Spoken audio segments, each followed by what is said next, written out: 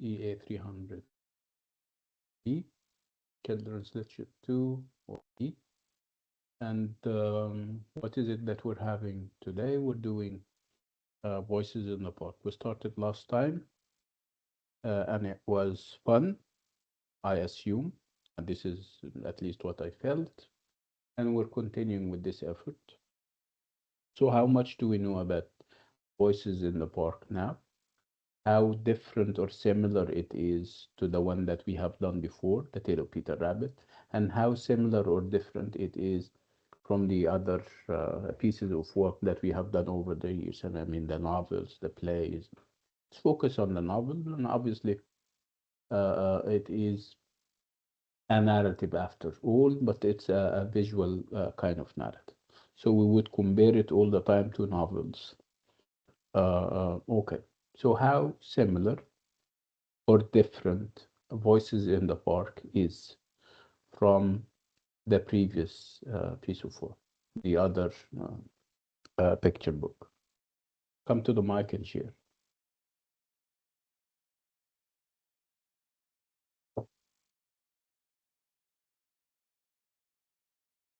Yeah, Joyce, come. Yeah, To good the mic. morning, Doctor. Yeah, good morning. Concerning the similarities, both are considered part of the children literature genre. Okay, and they use illustrations to convey meaning. Why do you think? Okay, you said that both are. Yeah, we're agreed. We have established. I mean, enough and long. The fact that the Tale of Peter Rabbit is children's literature, right? How about Yes. how about Voices in the Park? What makes you believe it's a children's literature book? Is it because we're doing it under EA300B, which is a No, children's? it's not. No, it's not only that. No, no, no. Of Mm, course, mm, it's mm, about mm, the illustration. It's about the messages hidden. It's about the characters also. Like there are several things that can lead, like this is mm, a literature, children's literature. First mm, of all, it's not like regular novels. We have mm, tons of texts and long pages. No, they rely on pictures. They rely on shorter texts. mm, Also, the illustration, even mm, though it's a bit darker than the previous one, but still, it stimulates the minds of the kids. It's about the stuff that they draw, about the the colors blending together, and all these mm. stuff together. So Okay, you can tell it's part of the children literature genre. Also, okay. they rely on illustration to convey the meaning as well. And we Mm, need to depend on the pictures to understand the text itself. uh-huh, okay. So in this sense, it is similar. Okay. What makes it perhaps different from the Tale of Peter Rabbit? What do you think, Joyce? The different characters, like different perspectives, like Mm. in Voices in the Park, we have four different narration. Narrators. Yeah, yeah, Mm. yeah. Okay. And the other one, no, it's just one. Okay. That's one of them. Yeah. Yeah. Yeah. Also, the colors, the characters. Like in the first one, we have the rabbit Uh-huh. and the setting as well. In the Mm. other one, no, it's we have the gorillas and we have it in the park in a more modern setting. Mhm. So one fundamental difference would be the fact that we have a multiplicity of narrators. It's polyphonic, if you like. So the other one was monophonic, where uh, um, you have only one single narrator, right? Again, this is significant, and we'll talk about this significance later. Again, if you talk about, I mean, the two of them are anthropomorphic, where we have animals featured as human beings, right? But perhaps in the Tale of Peter Rabbit, you have rabbits, while here you have gorillas, and this is also equally significant, and we'll talk about that later. Um, what else? Anybody else? We're talking about the similarities and the difference between the Tale of no, the Voices in the Park, and any other piece of work that we have done over there. Narrative, of course, whether it's novels, picture books. Um, in terms of time, and obviously we're talking about a postmodern piece of work. It's not. It was written in perhaps 1999 or something, and that is, or that would make it, um, so different from things that were published in perhaps the 40s or 30s or at the turn of the 20th century, right? Or the 19th century, rather. Okay, so we have read it together, I remember last time, and it didn't take much. Remember, these are picture books, and what is nice about them is that you can finish them quickly. But of course, when you reflect, it can take as much time. I mean, the amount of time that you would take with novels, and because of, we need to think of the significance of things, the underlying philosophy behind what is written. Then obviously, like I always say, no piece of work is innocent. It has to have an agenda, and an agenda is not a bad thing. To have messages that the writer is trying to get across to us. And obviously, we have so many of them. And those messages go by the name of themes and issues and ideas. And obviously, Voices in the Park grapples with so many of them. Again, this is very important. The idea of also focusing on the images and the pictures. I mean, we said that we're going to take it even a step further and go beyond what the normal and the usual start of the narrative. We need to start even earlier and before. We start with uh, the paratextual environment of the piece, which means that you need to focus and look at the title and how it is written and crafted. You need to look at any biographical notes written about the the author, for example, testimonials, copyright information. These are very important things that we need to also consider. They uh, kind of form part of what we call the paratextual atmosphere or climate, and they, of course, influence our choices and our interpretations and everything in between. Again, needless to say that if I said that it's a postmodern piece of work, lots of ideas will pop up about uh, postmodernity and what it means and how this is kind of applied and implemented in this piece of work. Again, we're saying that it is intertextual, and what we're having here is perhaps two types of intertextuality. We have normal mainstream intertextuality, where the focus is on referencing other texts, but you also have visual intertextuality, where it's not only works of literature that we're referencing, we're also referencing paintings, perhaps music. Um, that's why we're saying it's visual intertextuality. And we have a lot of that in Voices in the Park. Again, everything is um, given in this picture book for a reason. Nothing is obviously random or haphazard, and this is what we have felt last time. Again, the picture book is part of a whole postmodern project that thinks very little of uh, linearity, thinks very little of closures because we don't have any in Voices in the Park. So it's about approaching literary pieces of work with fresh eyes, um, assessing things in a totally different way.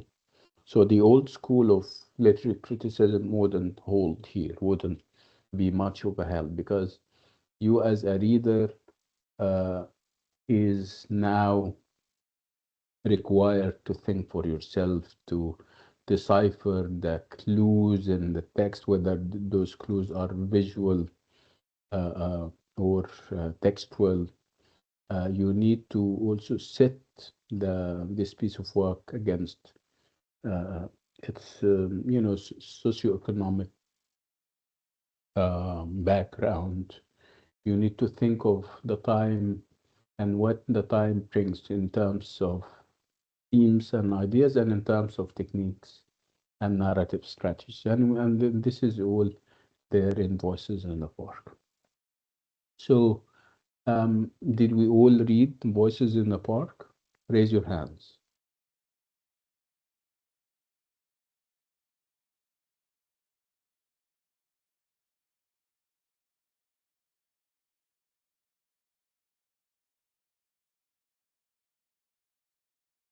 Mm,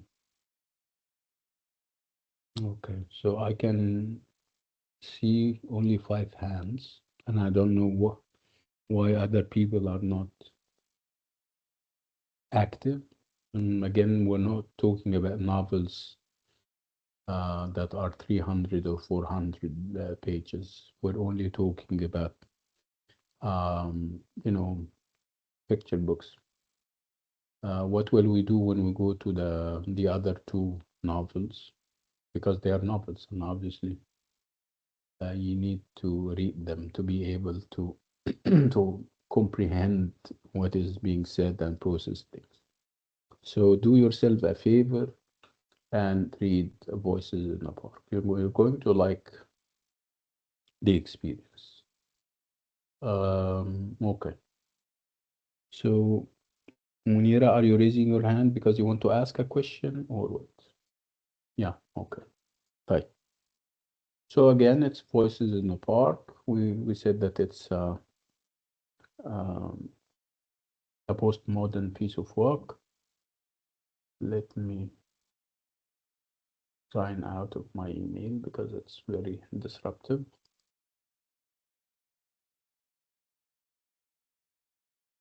Okay.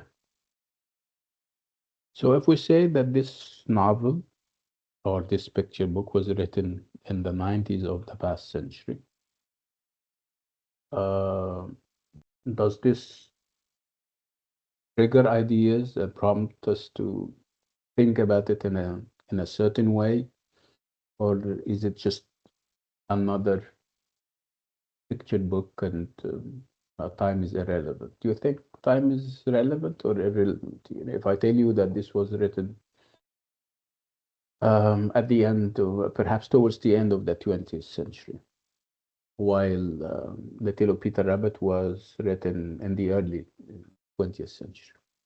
Does it make a difference? Did it make any difference for us to know that I mean, The Tale of Peter Rabbit was a Victorian picture book? Do do you think it would make a difference knowing that it is um, a byproduct of the late 20th century? Voices in the Park, I mean.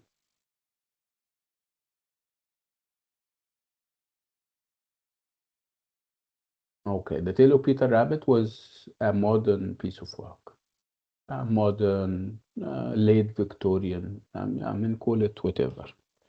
And of course, when we read it, when we approached it, we read it against the background of the time, Victorian values, and how far the characters are conforming to those values or deviating from them, right? This was the main concern.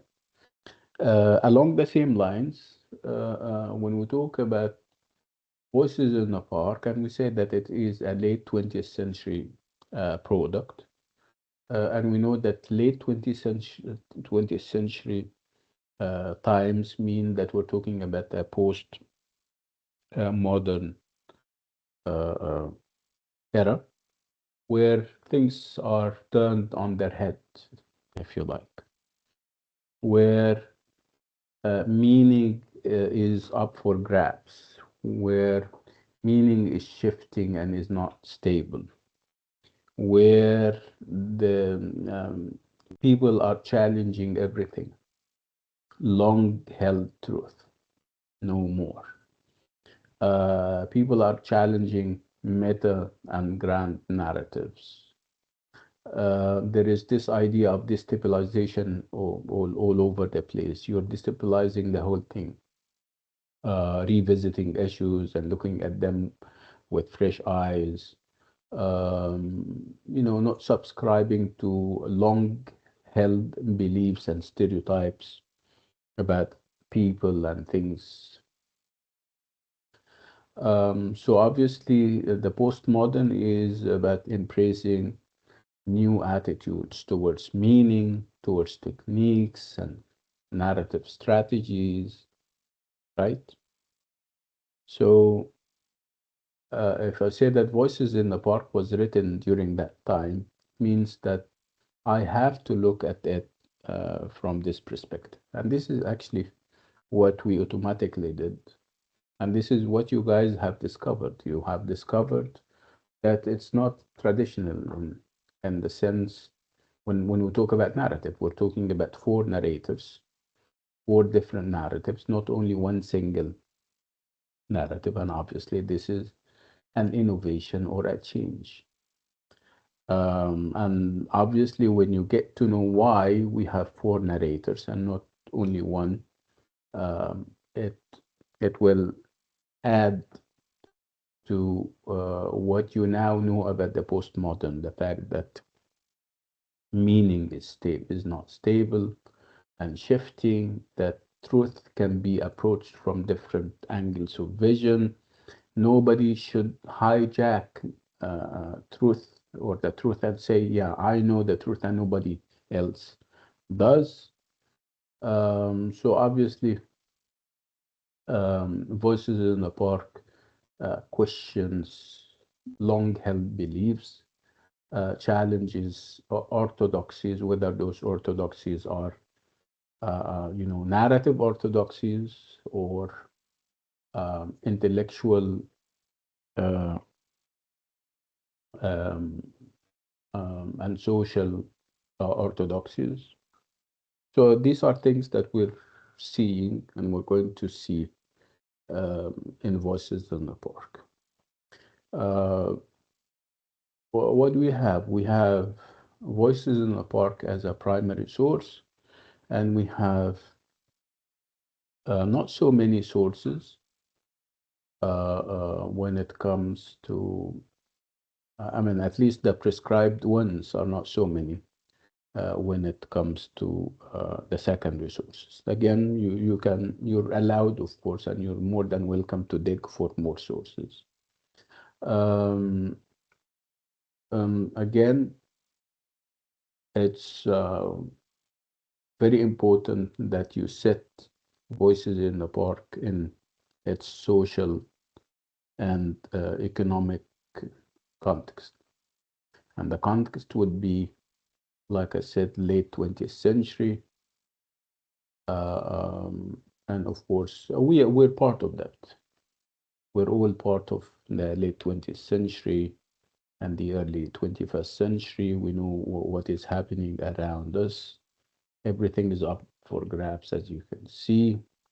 A multiplicity of everything, perspectives, visions, and obviously, nobody is now claiming that he or she knows the whole truth. Nobody is monopolizing the talk anymore. Perhaps it's only me here in class who monopolized it. Other than that, outside, it's very democratic and it's always green on the other side, like they always say. So let me share with you uh, slides about those postmodern elements because we're going to see them in Voices in the Park.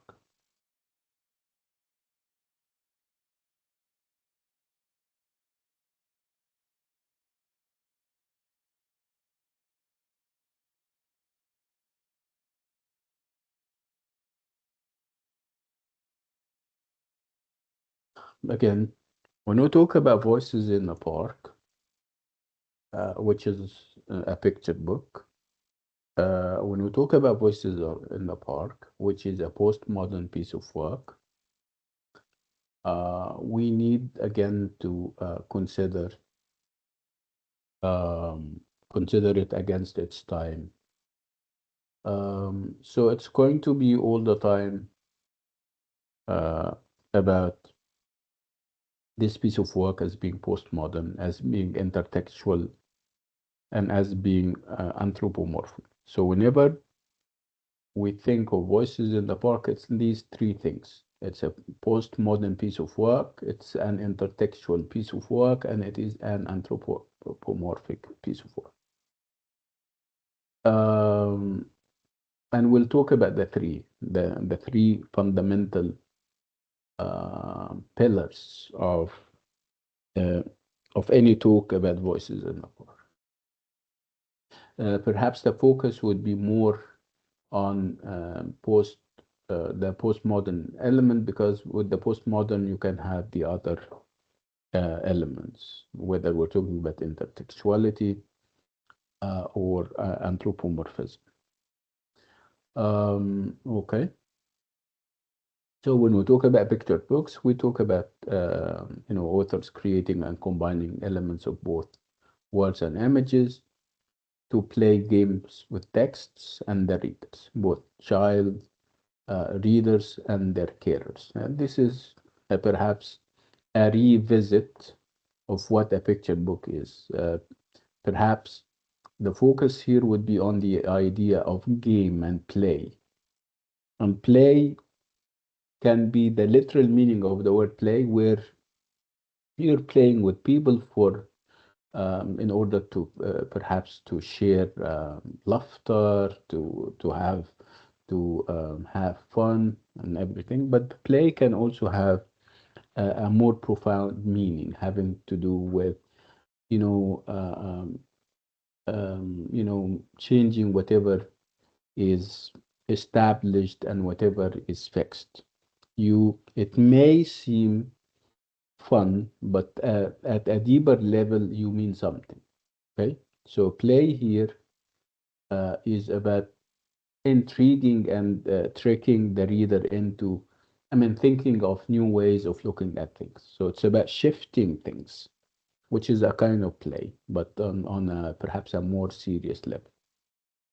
So such books, and I'm talking about picture books, of course, often contain different levels of games, engendering different interpretations by children and adults. Again, those elements of play that we normally have, that writers normally incorporate in their picture books, are meant to stir us and to prompt us to think and interpret things perhaps in fresh and different ways.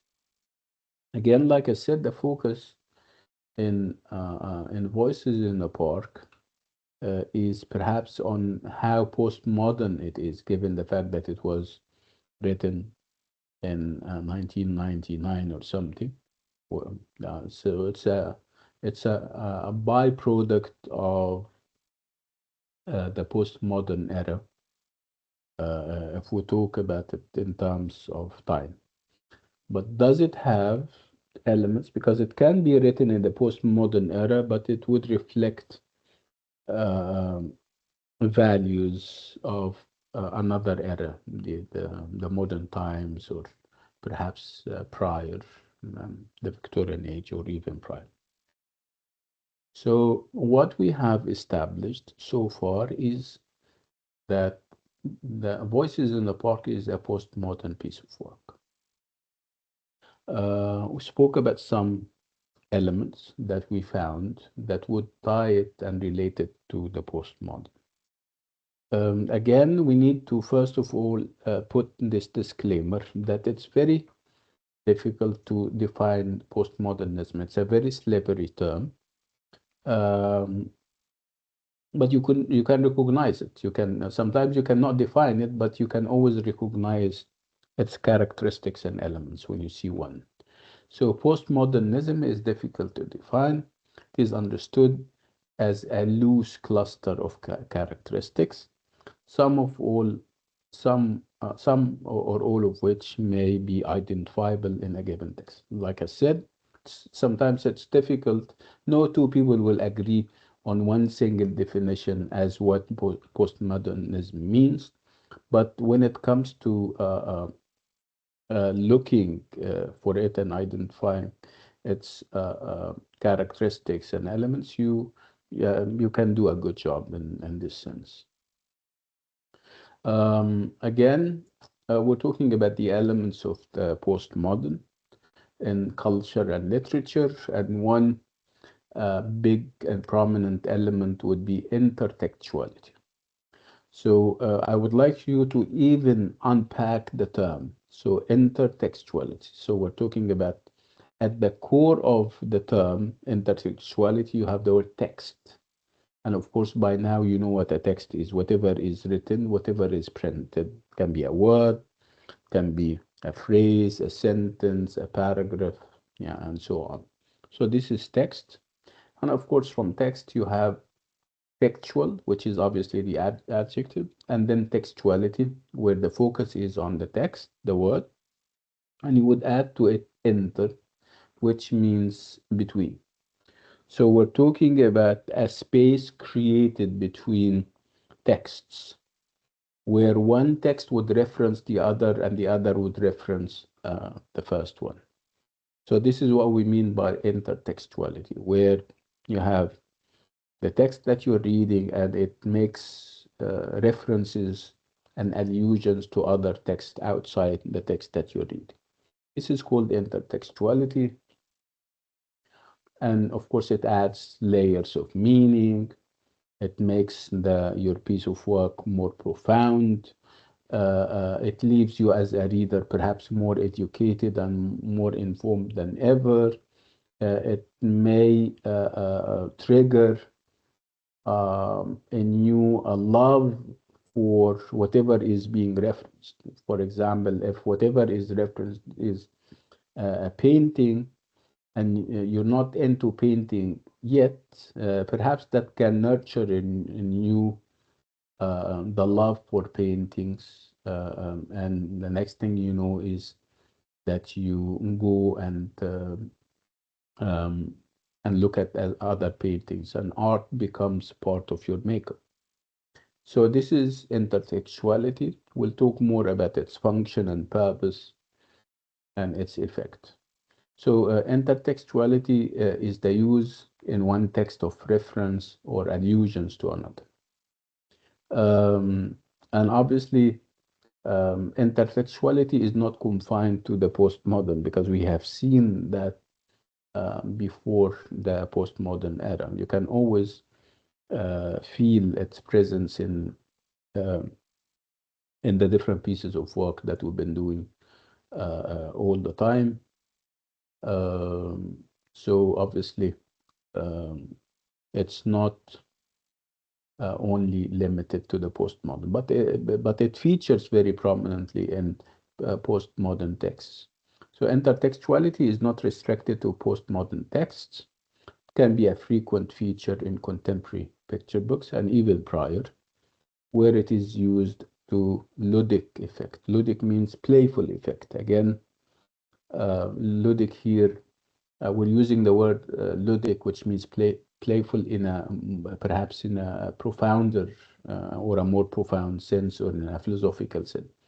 So playing is not about playing. Playing is about targeting something that may look fun and entertaining at the beginning, but when you look closer and deeper, you find deeper meanings. So this is what we mean by ludic. So it's not the literal meaning of the word. There is obviously more to ludicity, if you like, than just the playful effect that it leaves on people.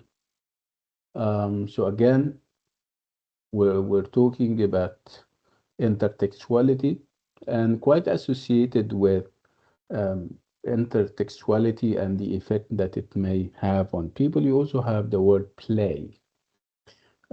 So play means that you're toying with words, with images, with the reader. Uh, um, Again, and here it's about play here means that you're changing things, that you are turning things on their head. People are used to a certain pattern. People are used to a certain structure. So you're turning the structure on its head, again, to playful effect, but obviously there is more than that. Again, you're making use of the unlimited potential of the language. Again, you're trying to defamiliarize things. So things are too familiar, words are too familiar with you. But when you use a different structure that people are not used to, obviously people feel entertained, feel intrigued and checked, and these are all purposes that you have in mind. You want people to have those things, to not to take the language and its products for granted. Again, it's then and only then that you start to explore the meanings that the writer has in mind. So again, intertextuality, play, and transgression. Transgression is also related in one way or another to play. So play is about destabilizing meaning through turning things against each other sometimes, through changing the structure, through doing something with the image, with the words. Again, if you're doing that and things are not given as we're used to them, this is some kind of transgression. This is some kind of destabilization because people are going to notice that you are transgressing against the established artistic norms. So obviously, in the 21st century and in the postmodern, there is nothing wrong with that. This is allowed, but perhaps prior and in the past, that was transgression in its negative meaning.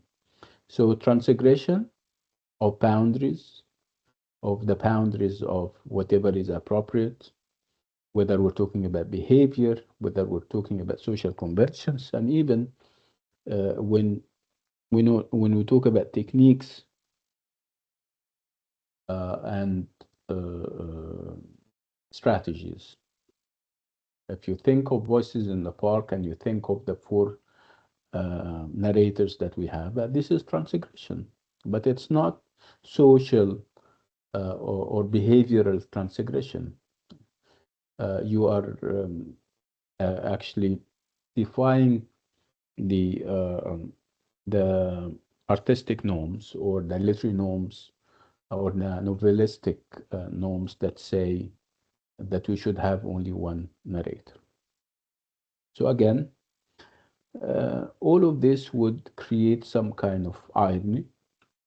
And irony, again, is deeper and subtler than just making you laugh. Irony here means that you are parodying things. You're making a copy of something, you're imitating something, but perhaps to raise people's awareness about how trivial it is. You have been used to dealing with it as serious as important. Now I am exposing it for you and I'm telling you that it is not what you think it is. So irony, some kind of indication by some aspect of characterization or plot development of alternative meanings to those supposedly being stated. So again, with irony, irony is a variation on the word parody, are meant or is meant to allow you as a reader to think of alternative meanings, to challenge the proposed meanings.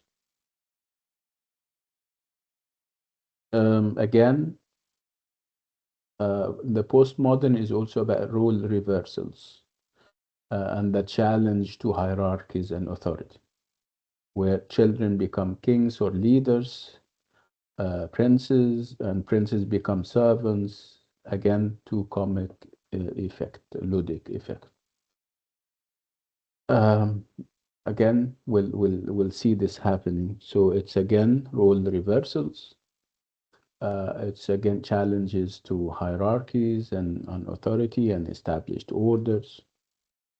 And to cap it all, we have this idea of destabilization. Actually, destabilization is all what we have said. Destabilization, you have a breakdown in meaning. You may have different voices that would tell different aspects of the story, and you may find even uh, uh, those different aspects of the story very contradictory. With destabilization, we talk about that the breakdown of old established truth, whether it's social, religious. So those established truth, whether they are social or religious, can be undermined, can be challenged. And stories may have unclear endings or a lack of resolution, and this is happening in Voices in the Park. Even our expectations as readers are not met, and you may leave the story unhappy. I mean, you feel that you're not satisfied with the end because there is no end in the first place. There is no closure because this is uh, postmodern where closures are not expected. Um, so these are elements and features of the postmodern.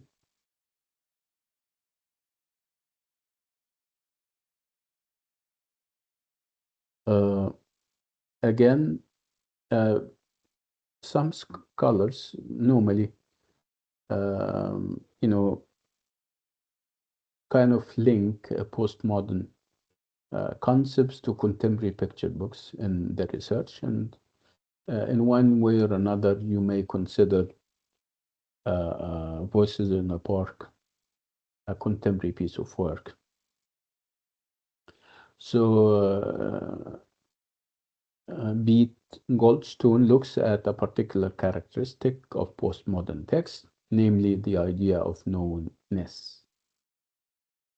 And what does she mean by that? She or he means, I don't know whether he's a man or a woman, text. And these are texts that call attention to themselves as text. And this is meta narrative. Meta narrative is when the text tells you, of course, not in a direct way, that I am a text. Don't deal with me beyond that. And which comment to readers on the fact that they are texts, whether they are books or manufactured artifacts, as well as being stories for readers to become immersed in.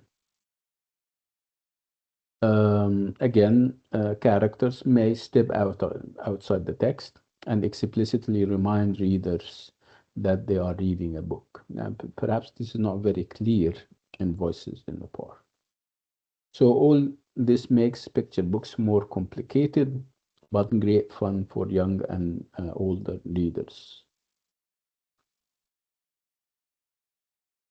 One we're perhaps more focused now on postmodern experiments, which is an article written by Pete Goldstone.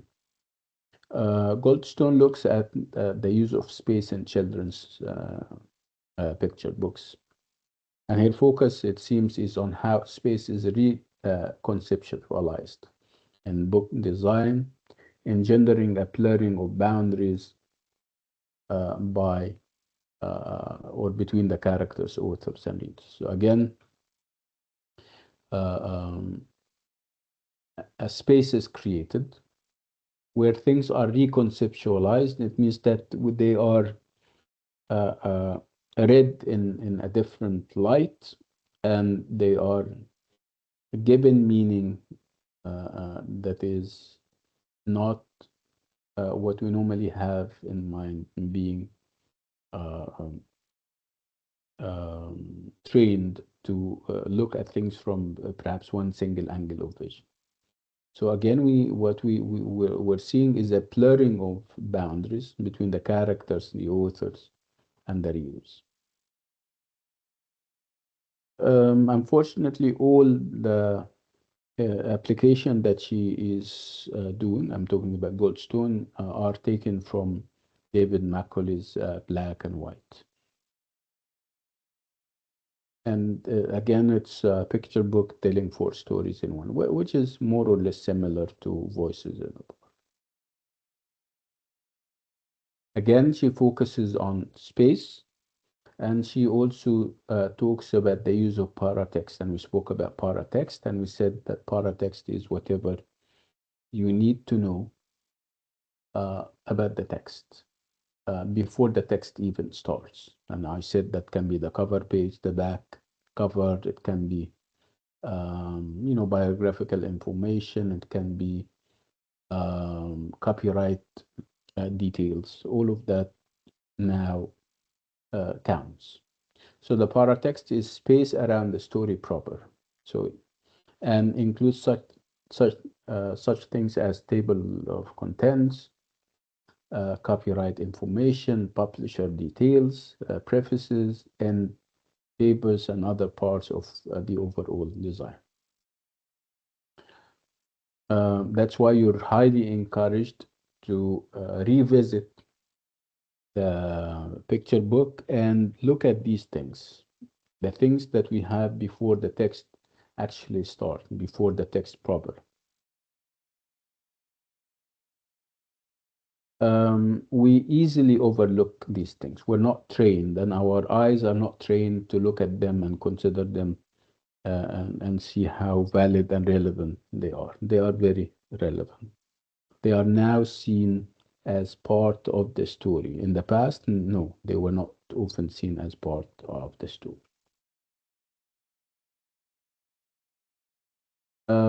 Again, when it comes to space, because obviously Pete is focusing on space, with picture books, space confuse our expectations. Uh, uh, uh, we're having this kind of confusion between the real world and the world of the story. And that would provide vital information, clues to characterizations, or even to narrative events. Again, she revisits the idea of paratext, and she says that it can be used to play with the text. Uh, um, again, it's about having a reading experience that is obviously different, because in the past those things didn't really matter. I mean, the paratextual details that I'm talking about.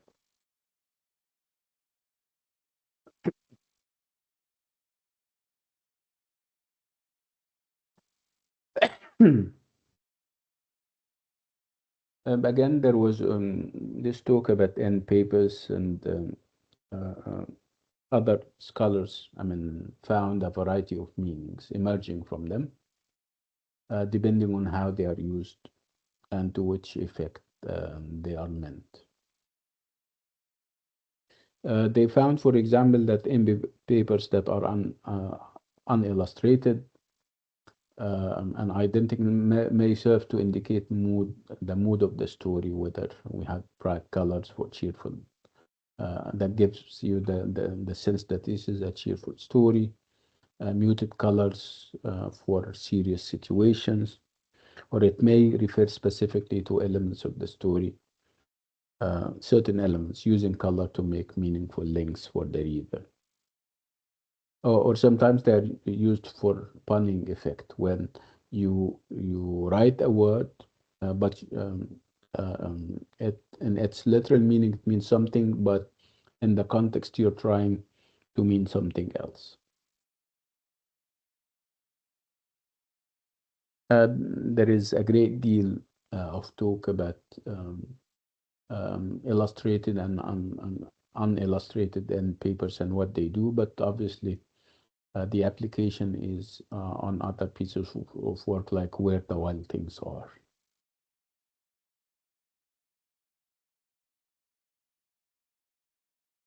And then we go to voices in the park. Again, it's about, whenever we talk about it, we talk about this mix between the word and the picture and how they work together to kind of achieve certain effect. What do we know about the author? Brown is a leading British children's book author and illustrator, and he has won many awards and accolades. We know that he has produced more than 40 children's books titles, and he got kind of awarded for them. He is an established children's literature writer or author. What do we know more about him? We know that he is known for his deep and sometimes challenging narratives, especially about parenthood, childhood, and change and human behavior. Again, he has this um, passion for portraying gorillas of all the other animals in his work. Again, he uses, I mean, or he draws very heavily on the traditions of surrealism and also symbolism, not to mention what's impressionism. What do we know about surrealism? We know that it's a 19th and early 20th century movement in both art and literature, and it has this dream-like aura to it. Sometimes it gives you this fantastic representation of things. So you'll see it here in Voices in the Park, and you're going to also see it when we talk about Tom's Midnight Garden, where the fantastic assumes and looms very heavily and largely on the horizon. Of course, symbolism is all over the place, but perhaps because it's a picture book, it is even deeper and a lot. We have um, um, art, art, an art style that is very mystical in its significance, whether we're talking about objects, events, characters. So Brown's pictorial style and the way that the elements are assembled and composed reveal much about the feelings and the thoughts of the characters.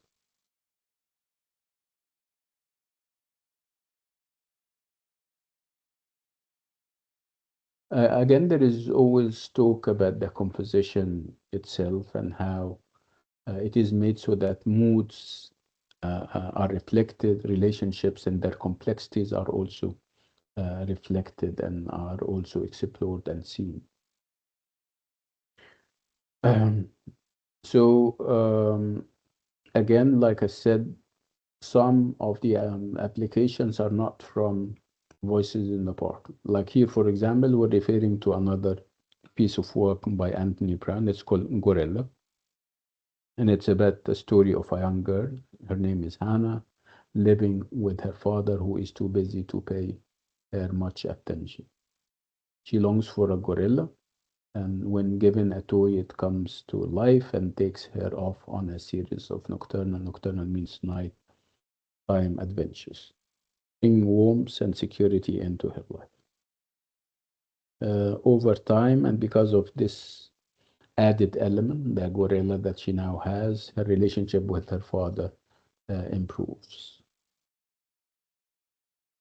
So again, the gorilla motive is going to be repeated.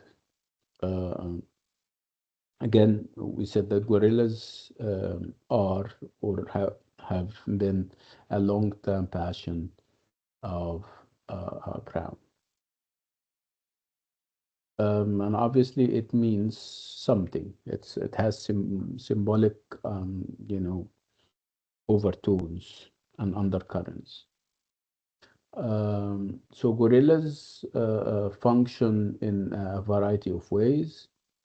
They can be a decorative motif, they can be birthday toys, they can be dream fathers and real gorillas in zoos. Obviously, when we see them in Voices in the Park, they are all the characters, whether they are children or parents.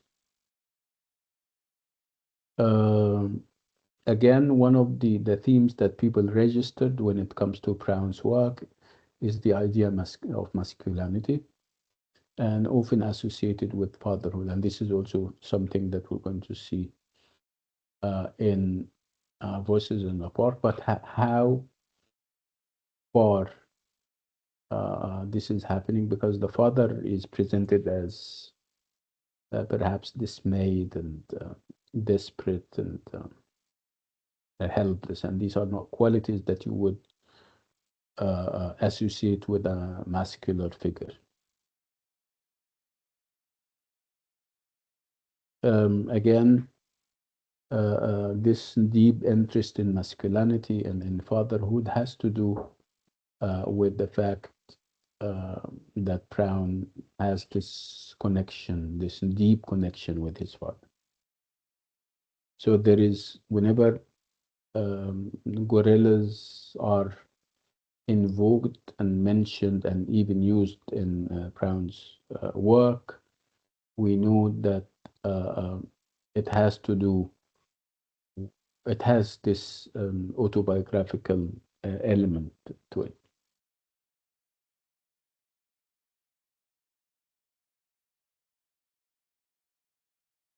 And there was this interview with Brown in which he discussed and spoke about, different aspects of his work, especially the idea of intellectuality and the use of references to other works, particularly those of famous painters.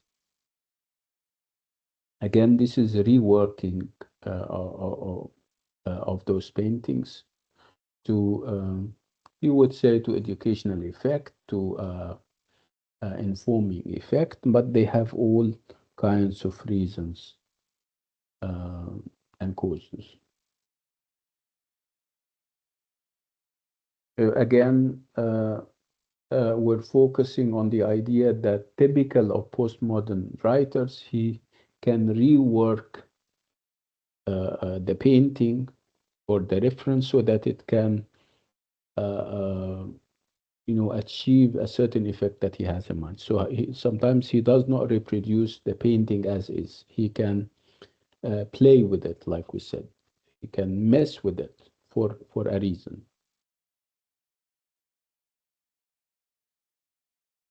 Again, this is because we're talking about paintings taken from other pieces of art. We're talking about visual intellectuality. And again, we can see that in Voices in the Park. And again, this may also be responsible for part of the appeal of some of those texts. The fact that you can identify uh, um, in the work that you can identify other works. It can perhaps address your pride, address, it can make you feel that you're knowledgeable, you can detect and discover things that perhaps other people cannot. Uh, Again, why does he bring in those other works and references to them? Like we said, he may change them, he may rework them in different ways. I mean, he's doing that again, perhaps to educate us, perhaps to create curiosity among us. And the next thing you know is that we go and dig for this painting that he is referencing, and that can develop in us love for art, can be an homage or comic effects, uh, um, as humorous spoofing, fooling, or it can even be a part.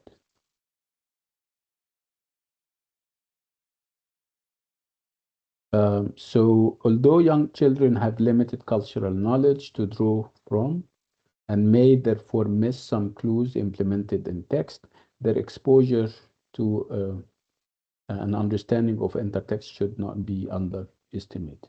Yeah, this is a controversial issue.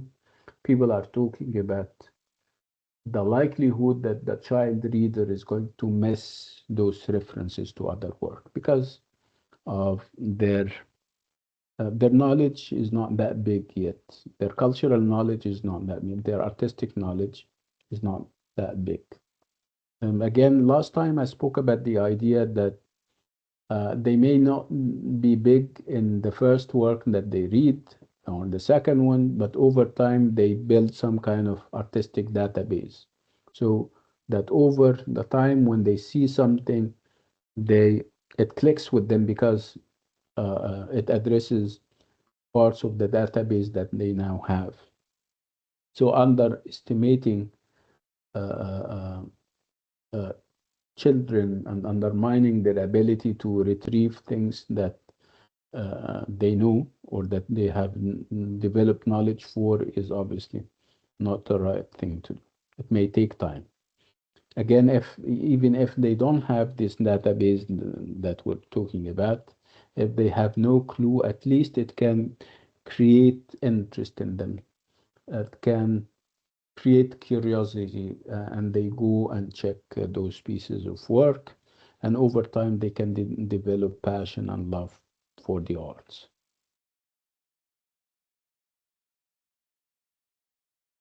Um, Again, we need to also remember that picture books normally reflect their times. Um, we're talking about a generation of people that are very savvy with digital technologies. And again, that perhaps may be one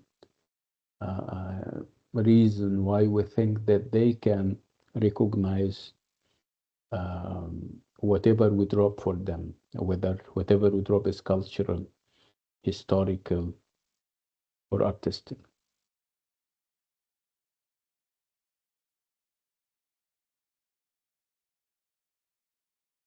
Um, let's break for 10 minutes, and when we come back, we can always continue.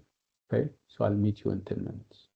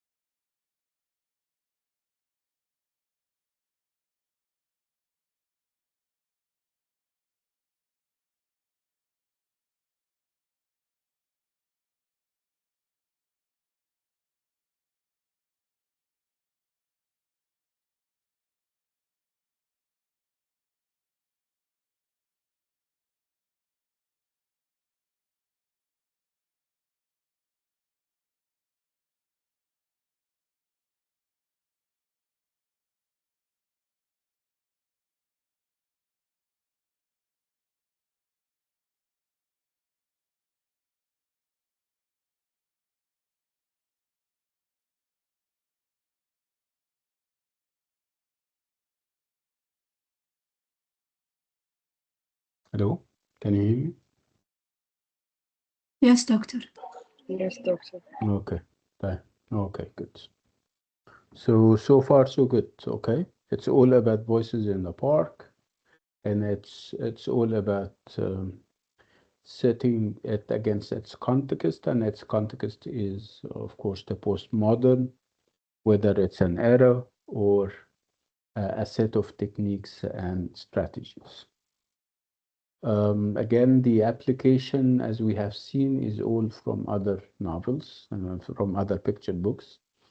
And I would strongly encourage you and go and look for those clues in Voices in the Park. The Voices in the Park is replete with, you know, intertextual references, is replete with, you know, paratextual hints and elements that can inform the whole reading experience. So now we read Voices in the Park, but perhaps we read it with the curiosity of a child who wants to know what will happen next, if anything happens at all.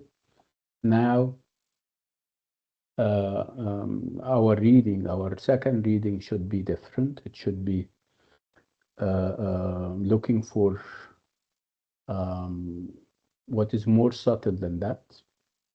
Uh, it's a nuanced piece of work full of layers of meanings. And you need to look for those meanings.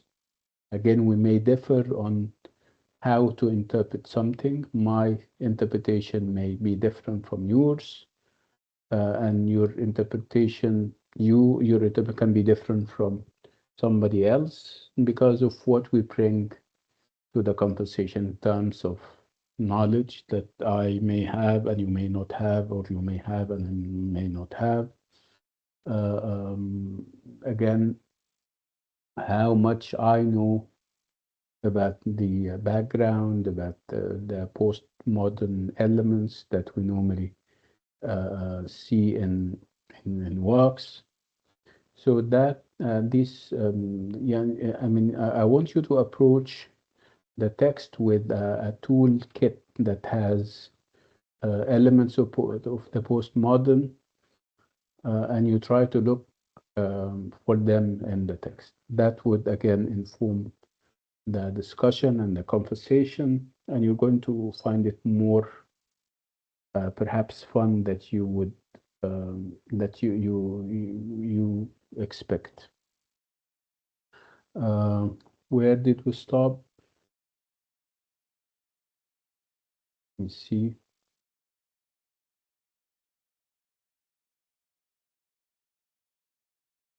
Yeah.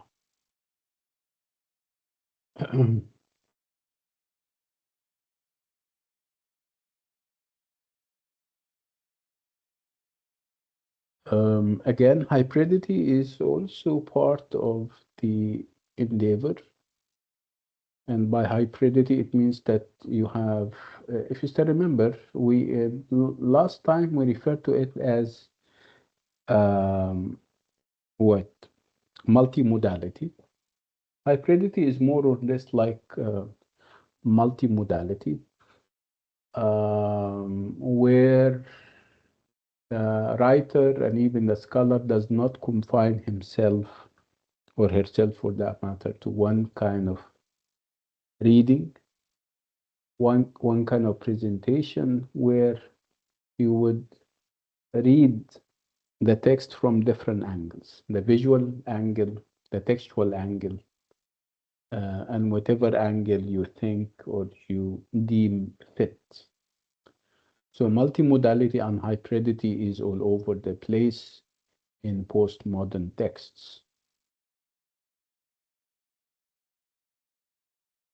So again, the example here is from another picture book, but the focus in the story is on this combination of the visual and the verbal.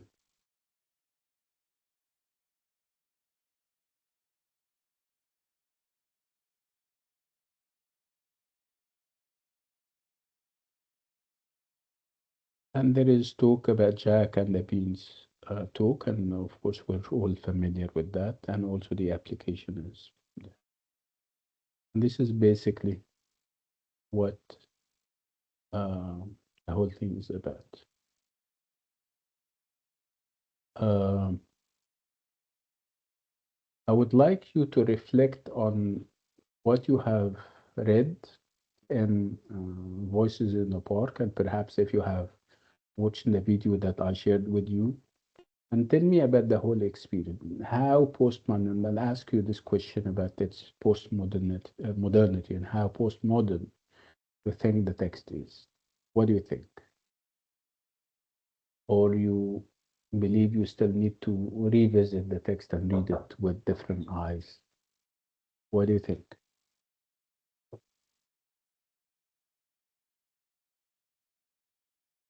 Yeah.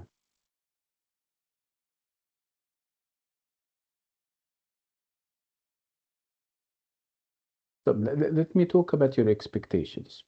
Perhaps um, before you read it for a second time, and this time around, it's going to be an informed kind of reading because of what we have been talking about. Do you think it would prove more fun, or perhaps you think that the Tale of Peter Rabbit is better? Some people may think that simplicity is better than having those complex issues and stuff.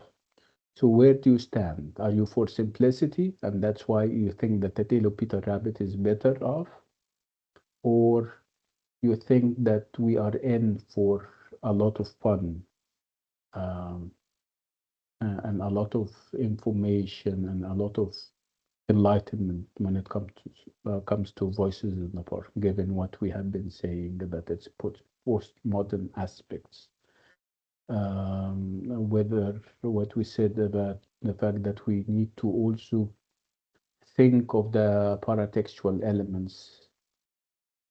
Um, where do you stand on that?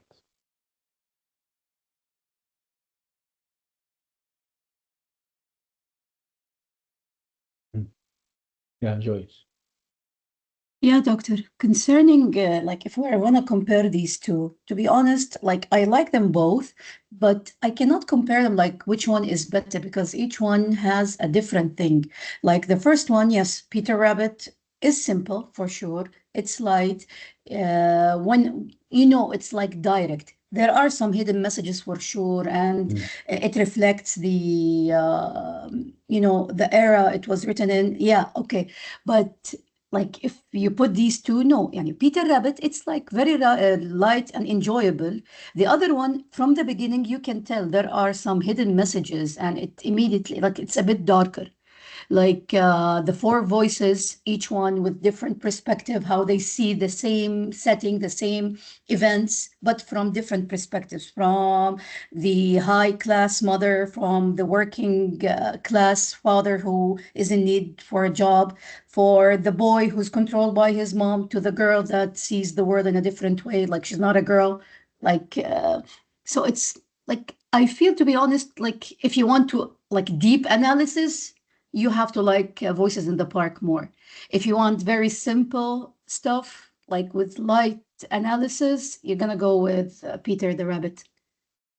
I don't know. Yeah, This is my perspective on this matter. yeah, that's good. What do you think of again? Remember when we spoke about the ambivalence of Beatrice Potter when it comes to the ending? It it seemed to be open-ended. It depends on how you interpret it. What do you think of the ending of Voices in the Park? Those who have read it, of course. Was it similar? Was it open-ended, or was there a closure of a sort? A closure means that you have a clear end. It's mm, yeah. Go ahead, Joyce. I think it's also an open-ended story because we don't have like a clear resolution in the story. Mm, We yeah, have people who went to the park and they came back, but each had a different perspective of the events that happened there. Like you cannot feel like there is a certain moral like that I can generalize for all. Different, yeah. like from Which different is perspectives. which is typical of the postmodern, because Definitely. postmodernism is not about closures. Again, the meaning is up for grabs. The ending and whatever you think of the ending is up for grabs in terms of interpretation. I wouldn't have expected it to be any different, because it's not traditional.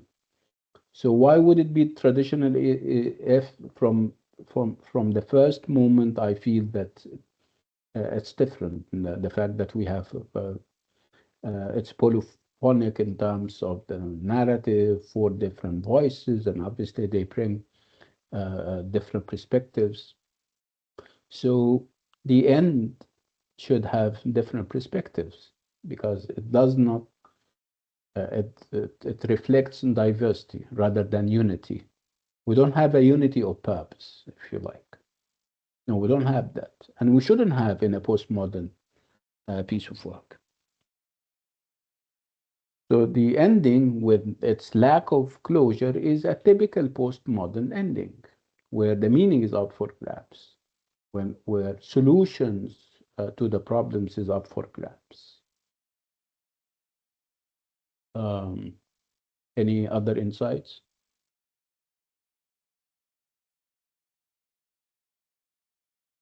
I'd rather, yeah, go ahead, yeah, Joyce. Yeah, go ahead. Yeah, doctor. I also noticed like the hidden symbols that they had in the drawings. Like if one of the pictures had like King Kong in the background, okay, on one of the buildings, okay. Mhm. Also, there is like a symbol, like what do you call it, a statue of Mary Poppins. We are holding the umbrella. Mm. Also, they drew Poseidon holding his trident in a gorilla form. So, like, I feel like there is some hidden messages behind these stuff. Yeah, of course. It- And remember, this is part of the whole intertextual project that we're talking about. And obviously, there is more to intertextual objects and references than just dropping them in a piece of work. They mean something. Again, it's you would uh, um, think of them as, of course, enriching the text itself, adding more layers and more perhaps deeper philosophers, because when you bring in a text from outside, the text comes with its packages or package of meanings and significance, and so it would add more profundity and more depth to the experience of the text that you are reading. Again, it has purposes. We said that one of the purposes would be to educate you as a reader, whether you're a child or an adult. If you don't know about this kind of paintings, again, it may develop in you this passion for art. So it works on a number of different levels, and it brings in different layers of meaning. Um, so again, that would make it more complex, complex in a positive way, of course. That would make it more profound, like I'm saying. طيب. I'm going to stop on this note in order to allow our other colleagues to go and visit or revisit the picture book, read it against the background that we've been furnishing, the clues that we have been dropping, the meanings that we have been exploring, and see what will come out of it. Focus on three things, like I said. Focus on the postmodern, focus on the intertextual, focus on the anthropomorphic in this piece of work. And the three of them are there. They are there in plenty. Look at them while reading, while checking the pictures, and they will make all the difference in your uh, understanding of the whole thing. Okay, so I'll see you in the master class on Thursday, inshallah. Allah, take care. Thank you, doctor. You're welcome. Bye bye.